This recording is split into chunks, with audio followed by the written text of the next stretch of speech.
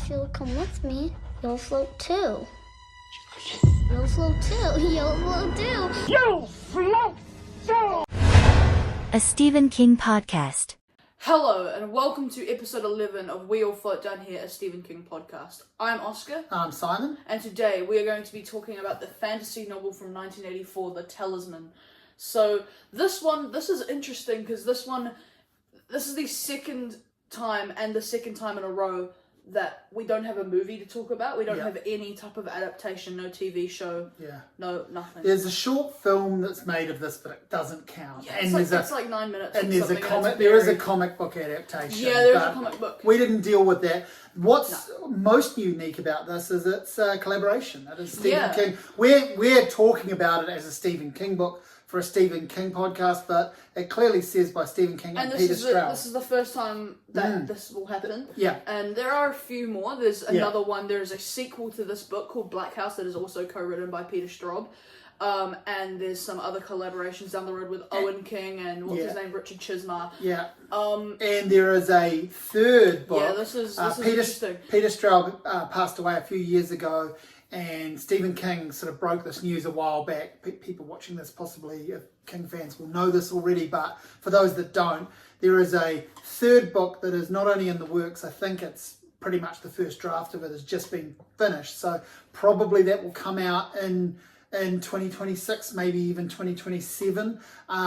And King is called 2026 because he's usually on that. Usually a book a year. A book a year. And sometimes we haven't heard about anything else. Sometimes even two if he does like a short story collection or something. And King has been very clear that whilst this one is him driving the whole story, he is crediting Peter Straub in it. He is saying that it is a collaboration, that he was channeling him. And so I guess what we'll talk about now, what we'll address now is this idea that in this book, I mean, I just read it as a Stephen King book. I know of Peter Straub, but I have not read his material. I haven't read anything. Yeah. So I plan to read Ghost Story, absolutely, but I have not read him at this point. I don't know how much of this was Stephen King or Peter Straub, if they sat down and literally wrote every chapter together, or some chapters are written only by Stephen King, some are only written by Peter Straub. What I will say though is, I did notice it does seem different. Quite different. Like, so what they say, they must have had like a clash of styles in some way. What they say is that they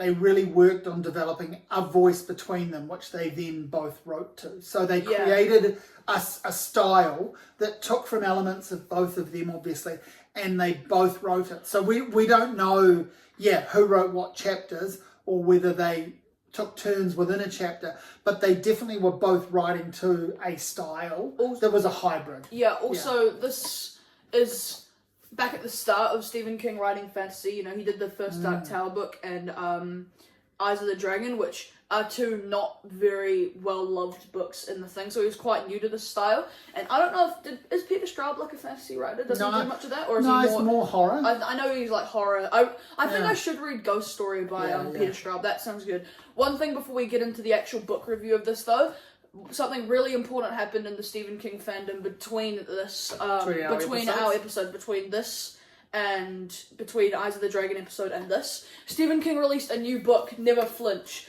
This is a novel, and it is part of the Holly Gibney series. I mean, it's not much of a series. Like, you could read this without reading Holly. Like, but it's part of the Holly world. She's now his most serialized, reoccurring character.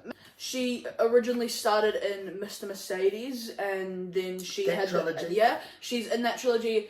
I've only read the first and second one. She's not that big in the first one. She's kind of a main character in the second. And then there's The Outsider, and then there's If It Bleeds, and then there's Holly, and now there's this. She's got her own title book, obviously. I didn't love Holly, but I think I just wasn't at the right, demographic for it, and I think I'd like it more now. And I started reading this, but I just kind of hit a slump with it. I didn't hate it at all, and I'm not going to give too many thoughts because we will eventually get to this in a year or something, 2 years, when we he might have released Talisman 3 by the time we get to this, or probably, but I'm gonna wait until we get to this for the podcast, or way later down the road to pick this back up again. But now let's talk about Talisman. A difficult book for me, The Talisman. This is my first reading of it, so Same. I was like, we're both first timers for this. So I was aware of this back in the day, but I don't believe I owned a copy. I know I never attempted to read it, and nothing has really pulled me into this apart from the fact that we're doing this podcast, and it was more a requirement than a desire. Yeah, exactly. You read it before me. I did, but I read it in the idea of the podcast. That's I didn't read it like as a Stephen King fan. You read it as a podcaster. Yeah, and a lot of this isn't a very popular one. Like a lot of people might not know this, but the thing is, this like a lot of people watching this might not know this. I'd say most diehard fans do know it, but not a lot of people have read it. But one thing I will say is this book does have its fan base that is like rooting for it and does love it. And I think like obviously because it is more in the world of fantasy, you've got your fantasy readers that have come across. You've also got your Peter Straub readers that are checking this out because of him. And then you've got your Stephen King readers. I've got these 2 editions, and that is it.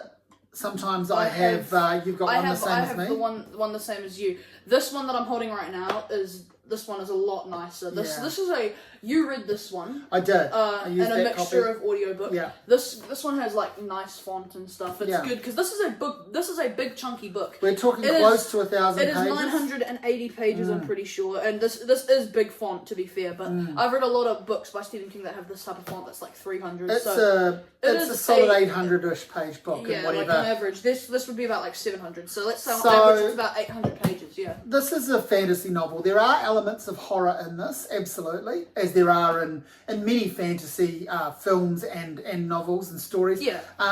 But this, when we look at this in the timeline, Stephen King's done Eyes of the Dragon, which we talked about last time, which is obviously a very clear fantasy and a YA junior novel. And we talked about that little mini book, Cycle of the Werewolf, which is also, I would say, kind of junior fiction.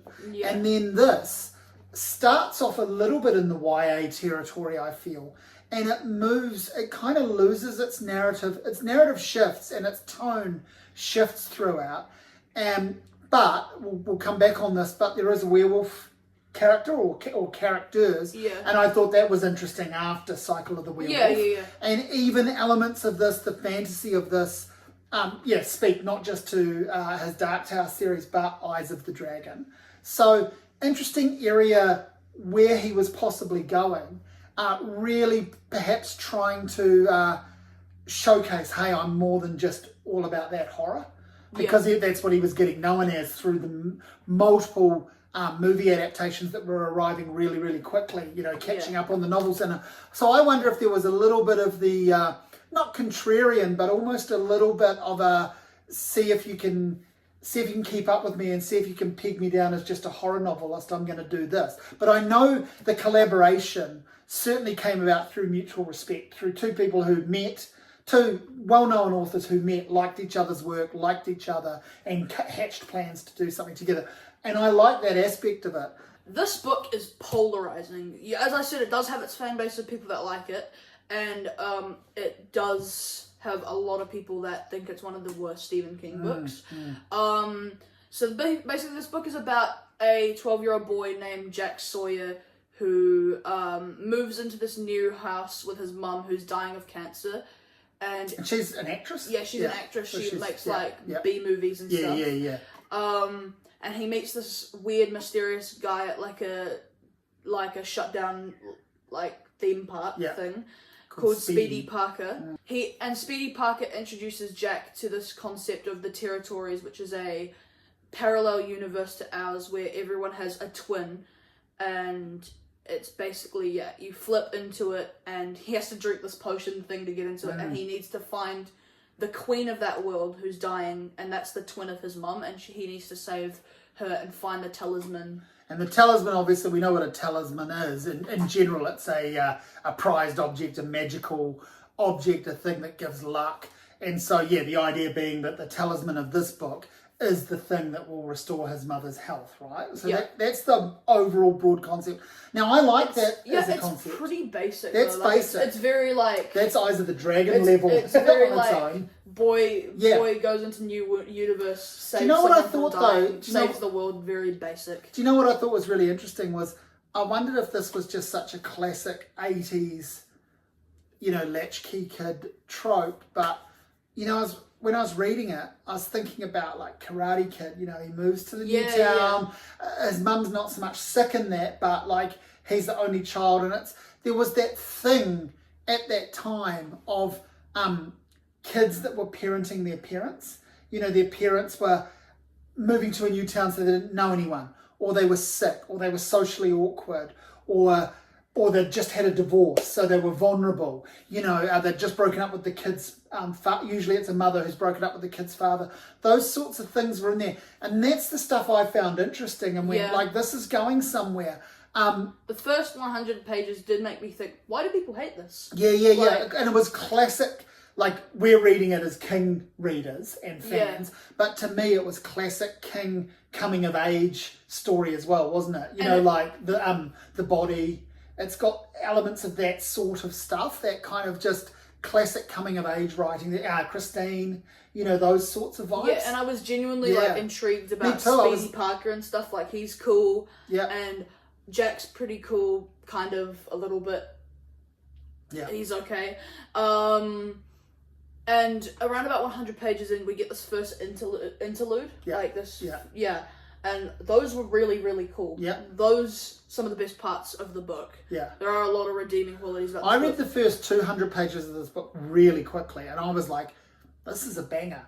Why do people not like this? And then I stalled for a bit, and then I got back into it, and I got through to about page 400 fairly comfortably, and I was going, it's dipping a little bit, but hey, that's pacing. It has to, because it's so big. Yeah. And then I switched to the audiobook because like I'm a bit time poor and doing other stuff, and I'm trying to keep up with you, and we recognise it's been a while, and we're trying to get this podcast a bit more regular. So I thought, hey, I'm going to jump into the audiobook, which the production of which I enjoyed, and the vibe of the storytelling I enjoyed. But man, that's where things start to get really convoluted because the plot gets overly complex. The interludes are really cool, but even those start getting a bit complex. The interludes, right? So it's about Jack's dad and his business partner. What's his name? Morgan Sloat. Yeah. They are the villains of the what's it called? The territories, the parallel universe, and they're kind of like the antagonists of this story. And what they want Jack. And I can't really fully remember. A lot of this stuff has lost me. Like, look, I think the thing that the thing that's cool about this after that dip, though, that I mentioned, was the werewolf component. Yeah. Okay. Wolf is easily the best character of this book, and he is actually a really, really good character. I've seen a lot of people say like that he's one of their favourite Stephen King characters, and that makes sense. That's valid. So there are these wolf-human hybrids that have to manage their kind of. They know they're going to transform. Yeah. And so they sort of have to manage their time and temperament around that and make ready for the fact that they're going to transform. And there's this one wolf, and they become friends. And he's quite dumb. He's a bit of an idiot. And it's just fun writing. He's fun, Again, it's classic. I feel like that's kind of... Because this book feels like... It's weird because this book feels like it is targeting kids' audience. Right. But there's stuff then like... it gets really violent. There's very violent and he throws in the N-word a lot and stuff like that. It's is this a kid's book or not? That's it. That's what I alluded to. These it's a lot it's a lot less... It's a lot more fluffy than lots of his books, but But when it's not, it's not. It's not, and it's a lot more gruesome and stuff than Eyes of the Dragon, but for sure. Still, it's in that same category. Came out the same year. I feel like Wolf was almost him kind of in that kids type of vibe, trying to make a character that kids can a fantasy thing, animals and stuff like that. Yeah. And there were aspects of that made me think, why wasn't this a while ago turned into a movie? Stripped, maybe pulled back a little bit from everything that happens in it. Because the whole twinning thing, as they call it, the meeting the twins, and you can embody either character. And what's the thing, if you die in one world, you become a single property version of yourself. So you still exist in the other world, and you can flip and move into the other world, but there is only one of you. And God, this stuff gets so convoluted. And because I'm not a traditional fantasy reader, someone watching I love fantasy when I love fantasy. When it's good, Same. It's one of my favorite things, but like it's not a genre that I'm like. That's it. And so because I'm not, I love because I'm not down with the tropes of it and so forth. So some people listening to this, watching this, might think, oh, it's not that complex because they read a lot of fantasy. To me, I just got very lost very quickly in this, and I also I felt its redundancy. Like I thought you are overcomplicating what would have been a very simple plot, but you've thrown too much at it. So by the final third of this book, I just crashed out and went like, I'm in skim mode now. I'm listening. I went back to the book and found where I was and started reading some pages. I started ripping through it, but I just couldn't care as much as I wanted to. I want to talk about like from start to finish, like what I thought were the highs and lows of this book.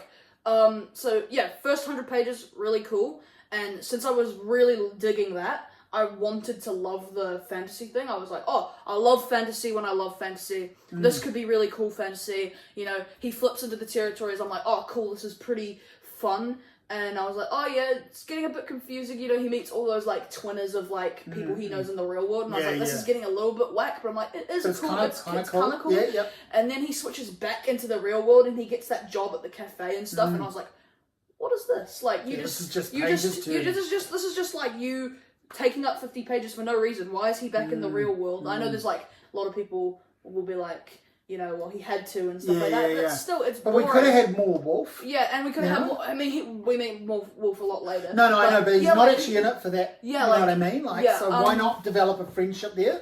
Yeah. That goes longer? And this is about page 200. And then from about page 200 to about 500, I was like, Jesus, this is so boring. I remember the mood you were in. Yeah, I was like, this page 200 to 500 took me ages. And then Wolf comes in, and I'm like, oh wow, this is actually really good. What was I thinking? This is good. This is actually, you know, solid. And this is my favorite part of the book, I think.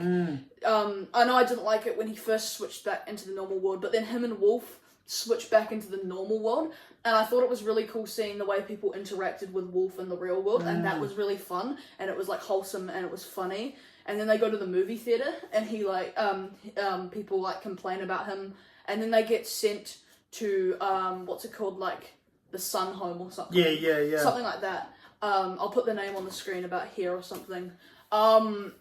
It's like a it's basically like a boarding school for like troubled teenagers like and stuff. School, like and they get bullied there, and they find out that the owners of that place are like a twinner from like the real world and stuff like that. And in the territories, blah blah blah. It's a bit. The Sunlight Home. Yeah, the Sunlight Home. Yeah, cool. It's a bit like, what's the word? A bit convoluted, but it's still my favorite. Convoluted is the word for this book. Yeah, but that's still my favorite part of the book. And I was like, oh, page 500 to about 600. I was like, yeah, I'm digging this again. This is solid. It's still so long to go, and it's still like pretty tedious, but that's another good word to describe this book. Tedious. Still a bit tedious, but I'm loving it. Then they switch back to the territories, and from about 600 to 900, I was like, this is the most boring thing I've ever read in my life, and it didn't change. Genuinely, this might be the most boring book I've read in my life. There are other books that I like a bit less. 13 Reasons Why, I think that's one of the most badly written books I've ever read. There's this other book I read that was horrible called Verity by Colin Hoover. Stuff like that. I think it's technically worse than this.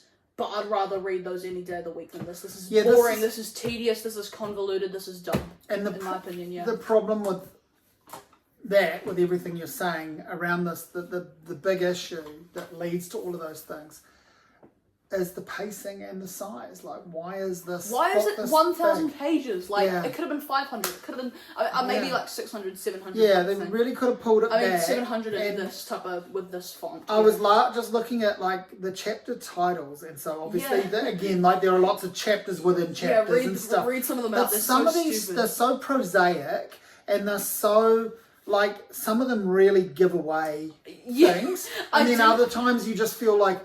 oh, you're just going to, so like, you know, there's the death of Jerry Bledsoe, there's all these Wolf ones, some of them are funny, like Wolf Goes to the Movies, there's a whole Wolf section. But that's one of my favourite chapters. Yeah. But then at the end, we get Jack and the Talisman, news from everywhere, the earthquake, in which many things are resolved on the beach. It's like just tying things up. another journey. Like, and do you then think I'm journeys. stupid? I mean, Yeah. we kind of are stupid because Yeah. we couldn't follow a lot of this. Yeah, but, that's a good I point. mean, but like, a lot of the time it's like, what are these chapter names? This is like Eyes of the Dragon type Yeah, stuff. yeah, Like, that's exactly it. This is Eyes of the Dragon and caliber, it doesn't yeah. quite match the level of the content in some places too, where the content gets heavier. It outgrows the demographic that the title suggests. And there's some horror that comes into it, Also, a lot of action. You know, I'm mocking this book for being a bit like Eyes of the Dragon in that sense. But let me say this: I like Eyes of the Dragon more than this book. Like, yeah, Eyes of the Dragon does what it says it's going to do. Yeah. Like This doesn't really. Like, this kind of just... And Eyes of the Dragon is like 300 pages. This is 900 pages, where a lot of it is like worse and more boring than that. So this kind of, I feel like it almost like they were writing themselves into a riddle to see if they could write themselves out of the riddle. It kind of has some good moments in it too. Like, it's a bit frustrating. Yeah. But I'd say that this is the first Stephen King book that I've read, and the first that we've got to in the podcast that I don't like. It was very nearly the first that I didn't finish. Yeah. And I was quite happy about that, and still happy to say I'm going to talk about what I know about it, but I did grit through it, and I never like when you have to grit through reading a book. And I had to too, like, I mean, like... I would rather abandon something and read something else. Yeah, like, You know, if this podcast didn't exist, there's no way in hell I would have finished this. I probably would have ditched it before it got to its worst part. I might have ditched it about 300 pages in. And we're barely raving about it at all, but one of the things that you've said and I've kind of said is it is a frustrating book because it's not entirely shit. There is some better than okay stuff in it. The start is I'd really say most great. of it is entirely shit, but in like, the middle, it's just this, and towards the end, it's just this enormous block of if someone made boringness and if someone problem. like edited out like 700 pages of this and made 3, I know the story wouldn't make. I know this. Yeah, I know the story wouldn't. Then you'd make be back to that very simple single plot line. I know the story wouldn't make sense. Yeah. Because it would just like Yeah. massively switch. But if someone made like 300 pages of the best part, you know, like first 100 pages, Wolf and Jack in the World, Sunlight Home, stuff like that. If they turn that into just one little thing somehow, it'd be good. And whilst the character of Speedy is okay, he does over-explain a lot of stuff. Like, he is there as almost like the director's commentary or something. Let me just look. What are some See other if you can- characters? Like, I know there's some There's so important ones many. that I've just forgot the names of. Like, Yeah. what's his name? Like Olsen or something? Yeah, like, there's so like many. some of the villains and stuff. Um, I don't find them interesting at all. That's Like, it. you don't really hate them, but you're not like Yeah, that. You don't like them. Like, that's exactly it. But it's not one of those cool villain experiences where you hate them. You're like, you hate the villain in like a good way. Like, it's nothing like that. King had already done the thing that he does with Speedy in this book. You could say he'd already done it with what's his name from The Shining, Halloran. Yeah. Dick Halloran. Speedy's got elements of that, right? Like, Yeah. as in, because Halloran's the guy who basically introduces the magical property to The Shining. Like, he recognises it in Danny. And it's the same kind of trope here where he's like, oh, kid, you've got this. You just need to do this. I can tell you this. You know, and that's where it's very cringe. explainy and cringy. And, you know, he's a black character, and years down the track, this thing came up about Stephen King and his use of black characters for over-explaining, and several people talked about how he would attribute magical properties, basically, to his black characters as a way of presenting them as like a redeeming saint. Another good, there's lots of them. But off the top of my mind, so there's Halloran from The Shining. Yeah. But right after that, there's Mother Abigail from The course. Snap. Two good characters though. Yeah. Speedy character, I wouldn't put Speedy Parker, I wouldn't put him in the same level. Yeah. And then we also get it later on. But they're all problematic. That's like, it. And in a way. So that's a more, like, you know, obviously that's a modern read of it, is how problematic that is. No one was reading it in 1978 and being like, wow, this is the justification for like, this book is it's 40 years old. So that's the justification. But yeah, we're reading it through today's lens, and in that we're reading it in today, so we can only apply today's. There's a lot of problematic stuff in like the 80s and stuff. Yeah, that's right. Like, so it's not this book alone. Yeah. But it is, you know, that is almost like an interesting reason to read this book, but not a good reason to read it, if you know what I mean. Like that you can't help but look into. Do not some read of it that for stuff. that reason, though. No, Don't read exactly. all of it for that reason. No. So, you know, and I guess I did think when I was reading it, you know, like, you know, I had that thought, could have been heavily pared back, way back, and turned into a movie. But there is still this potential that this is going to get turned into a TV series. And I could still see how, with modern writing, like a modern adaptation of this, set it in the 80s or whatever, but a modern lens with the writing, it could be good. And I know some people that were involved in looking at this project, supporting it, were the Duffer Brothers. They were actually involved. They were involved in maybe script doctoring or producing. Well, I think they'd make something a lot better than this. Correct, and source material. And I think some of this must have been part of the impact on them around Stranger Things. You know, you've got the concept of the other worlds and the underneath and Stranger Things and stuff. So I feel like, as much as Stranger Things feels a lot like Firestarter and a couple of other King books, you know, It and so forth. Yeah, this must have been in their brains and part of that thing too. So maybe they could bring something out of it. Yeah, the interludes are called Sloat in This World, and it'll be like Sloat in This World 1, 2. Those are like some of my favourite parts of the book. You'd get to those and you'd be like, wow, this might be 10 pages of like not boredom, you know. So we haven't ranked the book. Let's rank the book and rate it, yeah, and then move on out of here into what we're going to do next. We're not fans of this book at all, as you can tell, and I think I liked it a lot less than you. Well, not a lot less, but yeah, I think I liked this less. This is the only Stephen King book we've read so far that I wouldn't say I liked at all. Eyes of the Dragon, I wouldn't say I liked would be a bit of a strong word, but it was. You understood fun. what it was and who decent. it was for, it was I liked it as a read, but I don't think about it. Yeah, it's not a great book. I don't like at all. This is a 3 out of 10. This is below average. This is not even okay. This is bad. I do not like it at all. By far the worst Stephen King book I've read. And I feel like there might be a few things that go a bit, but I feel like this will be top 5 worst. I feel like there's no way he's written like more than 5 books that are worse than this. Wow, well, we'll see. Unfortunately. Maybe. Hopefully not. I might eat my words there. am going to be a little bit kinder, but not much. I can't give this. I originally thought, I was coasting along for a while and I was like, this is a 6 out of 10 book. Then I pared that right back as I read more of it to this is a 5 out of 10 book max. You know, I think I'm going to sit on a 4. I'm going to give it higher than you. I see this sort of, because I feel like if I'd read this in the early 90s, when I was reading King, this probably still would have, I feel like this probably would have been one of the disappointments, but I would have been so caught up in the ideas, the world the worlds that he was creating. And remember, bear in mind, I would have been reading it in a pre-internet world, in a world of nowhere near as many choices for TV and movies as well as books. And I would have been so caught up in King, I could see myself maybe giving this like a 5 or a 6 or a 6.5 out of 10 back then. And part of me thinks, yeah, like that would have been cool, but I don't have the nostalgia, like the disappointment and nostalgia for this book of other books that I wished I'd read back then. I kind of wish I hadn't read it. You know, like I kind of like could have done without reading this. Yeah, there's no way in hell I would have finished this. I'm looking forward to the podcast getting really positive again, but only if we feel it and if we like it. But the next book this is the first time we've shat on a book, and we've still been relatively positive because I feel like there'll always be some. We've seen some positive. That's right, because we like the guy. We're doing a podcast about it. But I genuinely think, like, even though there are positives, the negatives just completely outweigh them, and it's like at that point, it's like I'd rather read any Stephen King book, and the prose of the best part of any Stephen King book is better than the best part of this. So I don't like, my takeaway from this is not, it's got some good parts, but it's okay. It's got some good parts, but overall it's horrible. Like, I do not like this at all. So the next book we're going to read is Thinner, which is the first in the way we are approaching the Barton Let's describe books. this. I kind of wished we'd done this differently, but we're sticking with it. It's a bit late for this. Yeah.